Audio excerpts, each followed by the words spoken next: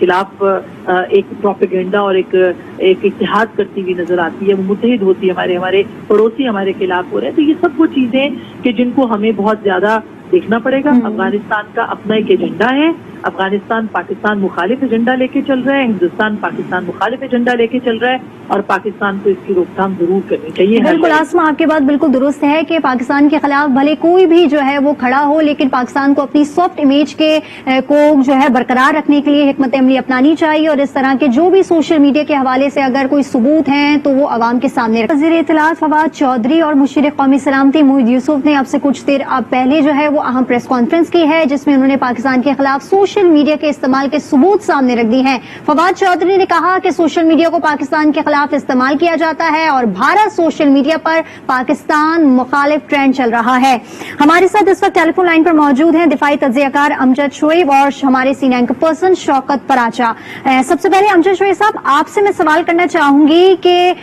ثبوت اور شواہد کے ساتھ جو ہے وہ آج پریس کانفرنس کی گئی ہے. ہندوستان اور افغانستان مکمل سپورٹ کر رہی ہے، پاکستان کے اینٹی ہوئے ہیں سوشل میڈیا پر. کیا کہیں گے آپ اس اہم پریس کانفرنس پر؟ بسم اللہ الرحمن الرحیم. دیکھیے اس وقت جو امیڈیٹ چیز چل رہی ہے، ویسے تو بہت سارے ایشوز ہیں، تھوڑی بہت کو فالٹ لائن بنتی ہے اور وہ اس کو چلاتے ہیں. جو ریسنٹ ایشو اور آپ کو بتایا انہوں نے پریس کانفرنس میں کہ اس کا ٹارگیٹ پاکستان کی گورنمنٹ اور پاکستان آرمی ہے، اور ان چیزوں کو وہ اس میں ہمارے لوکل بھی لوگ شامل ہیں، کچھ پولیٹیکل پارٹیز شامل ہیں اسلام میں. یہی وہ ہائیبرڈ وار کا ایک پلر ہے، ہائیبرڈ وار کی ایک شکل ہے جو کہ استعمال کی جا رہی ہے. اب اس میں جو اس وقت امیڈیٹ ہے مسئلہ وہ ہے افغانستان کا. افغانستان میں جو الزام تراشی ہو رہی ہے وہ یہ ہے کہ پاکستان طالبان کو سپورٹ کر رہا ہے، پاکستان جو ہے وہ طالبان کو مدد کر رہا ہے، سینکچریز ہیں ہماری بارڈر کے پاس کہیں. یہ ساری چیزیں بہت عرصے سے ہمیشہ سے یہ لوگ الزام تراشی یہ کرتے ہیں. اب غلط دور آ گیا اور ان کو ادھر ادھر سے اس کے اوپر کافی سارے ٹویٹس آنے شروع ہو گئے، جبکہ حقیقت یہ ہے کہ پاکستان نے جب سے ضرب عزم لانچ کی اور طالبان یہاں سے نکلے، اس کے بعد سے پاکستان نے طالبان کو کبھی سپورٹ نہیں کیا. اس سے پہلے سپورٹ یہ تھی کہ ہمارے ہاں موجود تھے اور ہم ان کو مارتے نہیں تھے. پھر یہ کہ اب وہ آئسولیٹڈ نہیں ہیں، ان کے تعلقات بہت گہرے بڑے قریبی ایران کے ساتھ ہیں، رشیا کے ساتھ بڑے قریبی ہیں، اور چائنا سے ابھی وہ ایک معاہدہ کر کے آ رہے ہیں. تو ان کو کیا ضرورت ہے کہ وہ پاکستان جو خود اپنے پاؤں پہ پوری طرح نہیں کھڑا ہے، جو کمزور ہے، وہ اس سے مدد مانگیں گے؟ اور پھر وہ پورے افغانستان پہ قابض ہیں، ان کو کیا ضرورت ہے کہ وہ یہاں پہ کوئی سینچری رکھ کے بیٹھے؟ سینچریز ان کی چپے چپے پہ وہاں پہ ہیں، یہاں حکومت کی نہ ریٹ ہے نہ کوئی جا سکتا ان کو نکال سکتا ہے. تو جھوٹ کی بھی کوئی بنیاد ہونی چاہیے، بنیاد نہیں ہے. لیکن بھیڑ چال ہے کہ جناب وہ کسی نے لکھ دیا، پھر اس کو ضرور آگے آپ نے شیئر کرنا ہے کر کے، تو وہ ایک پرسپشن بلڈ اپ ہو جاتی ہے جس پہ لوگ تجزیہ نہیں کرتے، سوچتے نہیں، اور وہ اپنے ہی ملک کو مجرم بنا دیتے ہیں. یہاں پہ بڑے سارے ایسے آپ کہہ لیجیے کہ ناہنجار قسم کے اور بہت سارے ایسے لوگ ہیں جن کی لمیٹڈ سوچ ہے، وہ اپنے اداروں کو، اپنی حکومت کو ٹارگیٹ کرتے ہیں صرف سنی سنائی باتوں پہ. تو یہ غلط ہے. اسی کا انہوں نے غالباً اپنا اپنی طرف سے امپریشن ختم کرنے کی کوشش کی کہ جو کچھ کہا جا رہا ہے. یہاں آپ یہ دیکھ لیجئے نا کہ شہباز شریف صاحب باہر جا رہے ہیں، وہ جی اسٹیبلشمنٹ جو ہے اس نے اجازت دے دی ہے. شہباز شریف صاحب نہیں جا سکے، وہ جی اسٹیبلشمنٹ ناراض ہو گئی ہے. اگر نواز شریف صاحب چلے گئے، عدالتوں نے بھیجا، انہوں نے اس کا منظور ہی نہیں کیا، وہ ان کا جو 7 ارب روپے کی ڈیمانڈ تھی ان کی ملک ان کی ہماری گورنمنٹ کی، لیکن وہ جو فوج نے بھیج دیا. کوئی کیسے بھیج دیا؟ یہ جو گرمانوں میں جھانکنے کی ضرورت ہے لوگوں کو، کم از کم یہ اس یلغار سے اپنے آپ کو بچائیں. انٹرنیشنل میڈیا میں جو کچھ آپ کے خلاف ہو رہا ہے اس کو کاؤنٹر کرنا بھی ہمارے لوگوں کی ذمہ داری ہے، لیکن اس سے پہلے اپنے اندر جھانکنے کی ضرورت ہے کہ ہر وہ جو چیز اس ملک میں ہو رہی ہے اس پہ اپنی افواج کو الزام نہ دیں، اس پہ اپنے جو ہماری انٹیلیجنس ادارے کر رہے ہیں ان کو الزام نہ دیں، اور جو نیریٹو بتایا جاتا ہے اس پہ یقین کریں.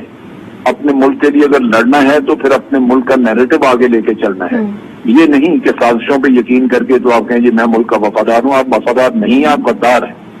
یہ لفظ استعمال کرنا پہلے ہم بڑا اس پہ احتیاط کرتے تھے، نہیں ابھی یہ کھل کے آنا چاہیے